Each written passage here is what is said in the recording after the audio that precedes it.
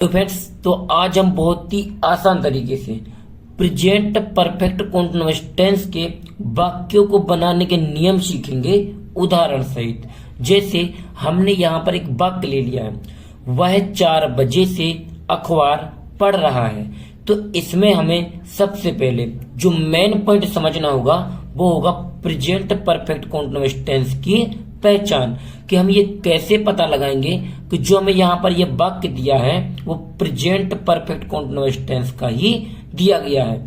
मान लीजिए यहाँ पर तो ऊपर लिखा है कि प्रेजेंट परफेक्ट कंटीन्यूअस टेंस, तो यहाँ पर तो हमने इसे पहचान लिया कि ये प्रेजेंट परफेक्ट कंटीन्यूअस टेंस का वाक्य है। लेकिन जब हमको किसी भी एग्जाम में ऐसे वाक्य दिए जाएंगे तो वहां पर ऊपर ये तो नहीं लिखा जाएगा कि ये वाला वाक्य है जो प्रेजेंट परफेक्ट कंटीन्यूअस टेंस से लिया गया है। वहां पर हमको स्वयं से ही पहचानना होगा, और जब तक हम वाक्य को देखकर उसके टेंस की पहचान नहीं कर पाएंगे तब तक हम वाक्य को बिल्कुल सही तरीके से नहीं बना पाएंगे। तो चलिए पहले हम इसकी पहचान को समझ लेते हैं। तो इसकी पहचान होती है जिन वाक्यों के अंत में, यहाँ पर जिन वाक्यों के अंत में क्या आता है, रहा है, रहा है, रही है, और यहां पर रहे हैं, तथा साथ में क्या दिया जाता है, समय भी दिया जाता है, समय भी दिया जाता है।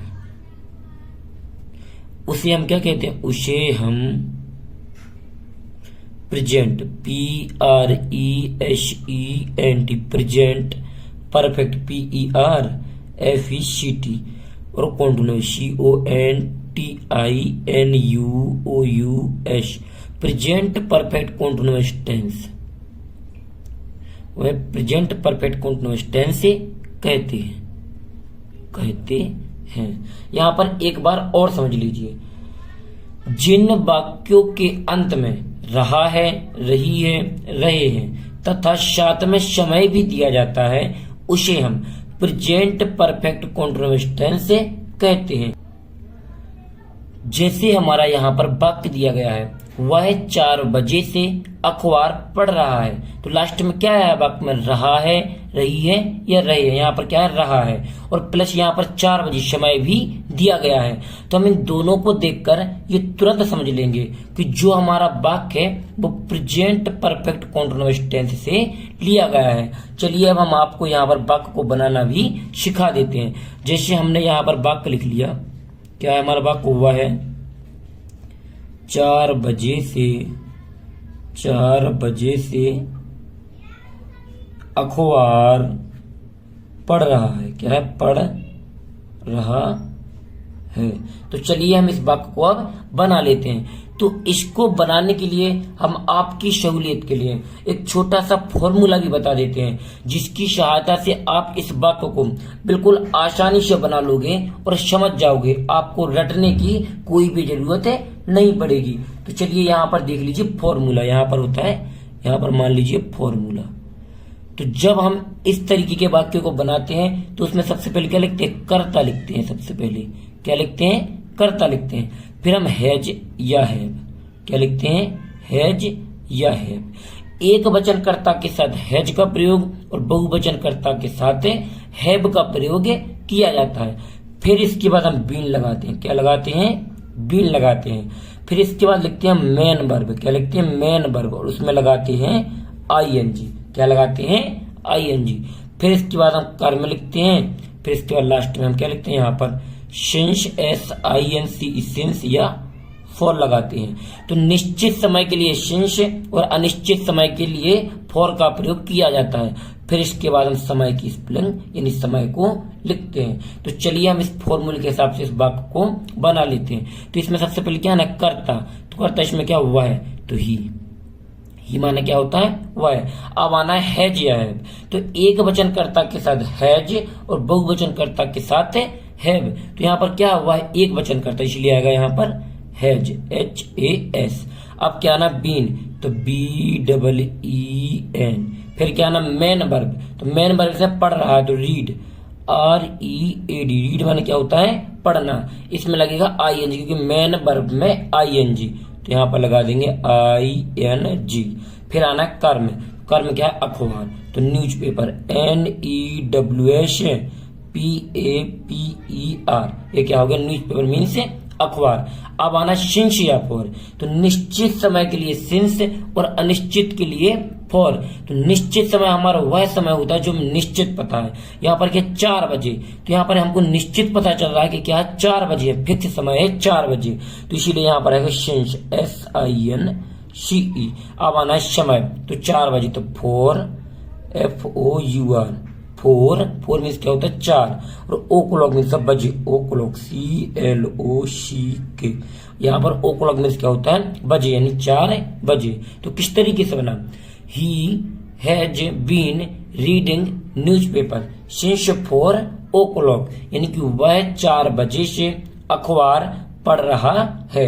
अब चलिए हम आपको एक वाक्य और बनाकर दिखा देते हैं जिससे आपको इस सिंस और फॉर भी अच्छे से समझ में आ जाएंगे। तो यहाँ पर हम वाक्य ले लेते हैं, यहाँ पर देखिए हम यहाँ पर हम वाक्य ले लेते हैं, शाम 4 घंटे से फूल तोड़ रहा है। यहाँ पर हमने वाक्य ले लिया, शाम 4 घंटे से फूल तोड़ रहा है। तो सबसे पहले क्या ना करता, तो करता है श्याम, तो SHYAM। यहाँ पर फिर क्या ना हैज है, तो श्याम क्या है एक वचन है, इसलिए आ जाएगा यहाँ पर हैज। फिर आना बीन, तो लगा देंगे हम BEEN। अब आना मैन वर्ब, तो मैन वर्ब से तोड़ रहा है तो प्लक, PLUCK, और यहाँ पर मैन वर्ब में ING, तो प्लक में लगा देंगे हम ING। यहाँ तक क्लियर हो गया। अब क्या होना है कर्म लिखना है, तो कर्म क्या फूल, तो फ्लावर FLOWER, फ्लावर मीन्स क्या होता है फूल होता है। फिर आना सिंस या फॉर, तो निश्चित के लिए सिंस, अनिश्चित के लिए फॉर। अब हमारा आया यहाँ पर 4 घंटे, तो हमें यहाँ पर ये निश्चित नहीं है कि ये सुबह के 4 घंटे हैं, दिन के 4 घंटे हैं, कि शाम के हैं, कि रात के हैं, इसीलिए क्या होता है कि अनिश्चित समय होता है, तो यहाँ पर आएगा फॉर। फिर क्या ना 4 घंटे की, तो यहाँ पर 4 FOUR, ये क्या होगी 4 की, और घंटे की होती है हवर, HOURS, हावर्स मीन्स घंटे। तो किस तरीके से ना, Shyam has been plucking flower for hours, यानी कि श्याम 4 घंटे से फूल तोड़ रहा है। अभी आपको वीडियो को छोड़कर नहीं जाना है, हम आपके लिए एक वाक्य देते हैं जिसको आपको बनाना है और कमेंट बॉक्स में बताना है कि उसमें सिंस लगेगा या फॉर लगेगा। तो यहाँ पर देखिए एक सब यहाँ पर वाक्य है, तुम 4 बजे से खाना बना रहे हो, तुम 4 बजे से खाना बना रहे हो। इस वाक्य को आपको स्वयं से बनाना है, और यदि आप इस वाक्य को स्वयं से बना लोगे तो हम ये समझ जाएंगे कि आपको ये वाक्य अच्छे से समझ में आ गए हैं। और यदि ये वीडियो पसंद आया हो तो वीडियो को लाइक करके चैनल को सब्सक्राइब कर लें, और बेल आइकन प्रेस करना बिल्कुल ना भूलें, जिससे आने वाले हमारे और वीडियो सबसे पहले आप लोगों तक पहुंच सकें। थैंक यू वीडियो को लास्ट तक देखने के लिए। मिलते हैं किसी और एक अच्छी वीडियो के साथ में, जब तक अपना ख्याल रखें।